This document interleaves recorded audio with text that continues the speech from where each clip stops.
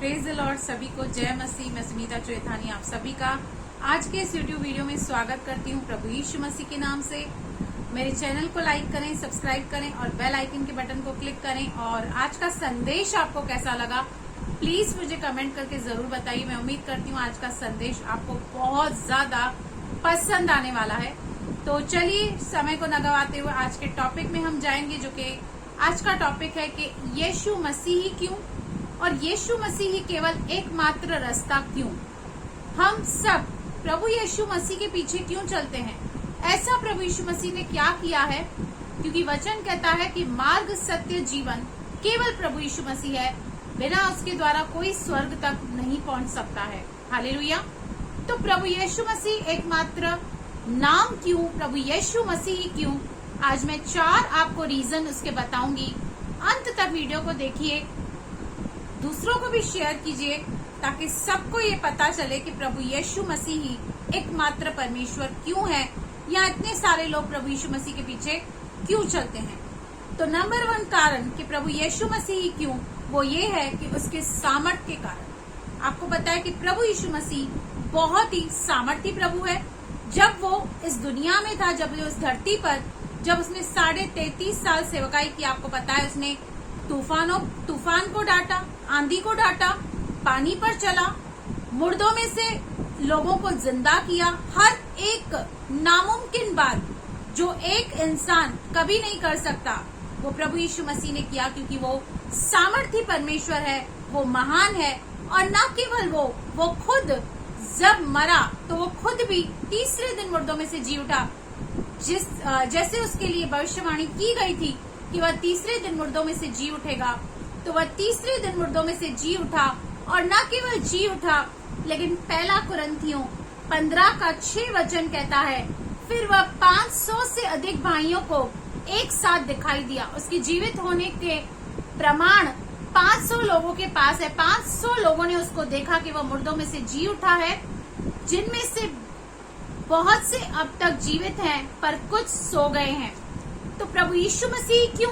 क्योंकि वो पहला एकमात्र ऐसा परमेश्वर, ऐसा मनुष्य है जो मुर्दों में से जी उठा है। आज बहुत सारे लोग आए, उन्होंने अच्छे काम किए, अच्छी हमें तालीम दी, लेकिन उनकी कब्र आज भी बनी हुई है। लेकिन प्रभु यीशु मसीह की कब्र आज भी खाली है। वह मौत उसको अपने वश में नहीं कर सकी।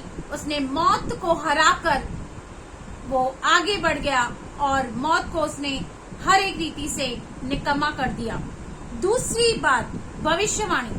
प्रभु यीशु मसीह के पैदा होने से हजारों साल पहले बड़े बड़े नबियों और दासों ने, भविष्यद्वक्ताओं ने उसके विषय में यह भविष्यवाणी की थी। आप यशाया 7:14 पढ़ सकते हैं। वहाँ पर लिखा है कि एक कंवारी गर्भवती होगी और हमारे लिए एक पुत्र जनेगी।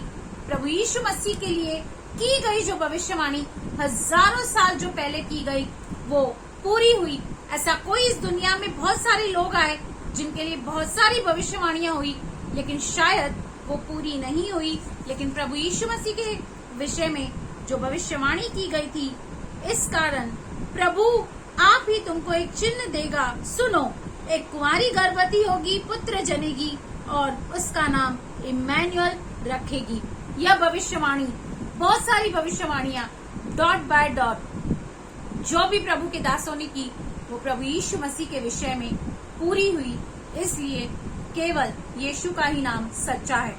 तीसरी बात, उसके संदेश, उसकी शिक्षा और उसकी टीचिंग दुनिया के सारे प्रीचर्स, दुनिया के सारे टीचर से अलग है। वो इतना प्रैक्टिकली हर एक बात हमें सिखाता है, हमें समझाता है। अगर प्रभु यीशु मसीह को छोड़कर हम किसी और चीज के पीछे चलते हैं, तो वहां पे हमें ये सिखाया जाता है कि आपको पवित्र बनना होगा, आपको अचीव करना होगा, आपको ओबे करना होगा। लेकिन प्रभु यीशु मसीह से उद्धार पाने के लिए आपको और मुझे क्या करना है? आपको और मुझे केवल विश्वास करना है कि वो परमेश्वर का पुत्र है। वो हमारे लिए आया, मारा गया, गाड़ा गया, तीसरे दिन मुर्दों में से जी उठा। जब आप और मैं केवल इस बात पर विश्वास करते हैं, ना तो हमें पहाड़ चढ़ने हैं, ना तो हमें कुछ अचीव करना है, ना तो अपने आप को हमें पवित्र करना है, लेकिन केवल जब हम इस बात पर विश्वास करते हैं तो हमें मोक्ष मिलता है। इसलिए उसका संदेश, उसकी जो प्रैक्टिकल टीचिंग है, जो उसका अनुग्रह है, जिसके द्वारा हमें उद्धार मिलता है। चौथी बात है उसकी सिद्धता। बहुत सारे लोग इस दुनिया में आए, बहुत सारे संत इस दुनिया में आए, लेकिन उन्होंने अपने जीवन काल में पाप किया। लेकिन केवल प्रभु यीशु मसीह एक ऐसा परमेश्वर है जिसने अपने जीवन काल में इस धरती पर रहते हुए कभी कोई पाप नहीं किया, और वो हर एक रीति से परखा गया और हर एक रीति से वह सिद्ध हुआ। हम पहला पत्रस 2:22 का देखते हैं, न तो उसने पाप किया और न उसके मुंह से छल की कोई बात निकली। वह गाली सुनकर गाली नहीं देता और दुख उठाकर किसी को भी धमकी नहीं देता था। यहाँ पर हम देखते हैं कि प्रभु यीशु मसीह के विषय में बाइबल कहती है कि उसने अपने जीवन काल में कोई पाप नहीं किया। इसलिए जिसने खुद पाप नहीं किया है वही हमें पाप से छुड़ा सकता है, क्योंकि जो खुद पापी है वो तो खुद पाप के दासत्व में है। वो कैसे हमको पाप से छुड़ा सकता है? वो कैसे हमको उद्धार दे सकता है? और यहाँ पर जब हम लूका 23:4 पढ़ते हैं तो वो लोग जिन्होंने उसको क्रूस पर चढ़ाया, वो स्वयं उसके विषय में यह गवाही देते हैं कि उसने अपने जीवन काल में कोई पाप नहीं किया था। हम देखते हैं लूका 23:4, देखिए क्या कहता है। तब पिलातुस ने प्रधान याजकों और लोगों से कहा, मैं इस मनुष्य में कोई दोष नहीं पाता। क्या आपने कभी ऐसी गवाही किसी के भी विषय में, इस दुनिया का बड़े से बड़ा शख्स, अच्छे से अच्छा इंसान आप उठा लीजिए, लेकिन कोई उसके विषय में यह गवाही नहीं देगा कि ये व्यक्ति निष्पाप और निष्कलंक है। लेकिन इसके विषय में जिन्होंने खुद इसको क्रूस पे चढ़ाया है, वो खुद इसकी गवाही दे रहे हैं कि मैं इस मनुष्य में कोई दोष नहीं पाता। इसलिए प्रभु यीशु मसीह का नाम है जो सर्वश्रेष्ठ नाम है, जिस नाम से हमें उद्धार मिलता है। अगर आप भी उद्धार पाना चाहते हैं, मोक्ष पाना चाहते हैं, तो प्रभु यीशु मसीह को मानने की नहीं, जानने की जल्दी कीजिए।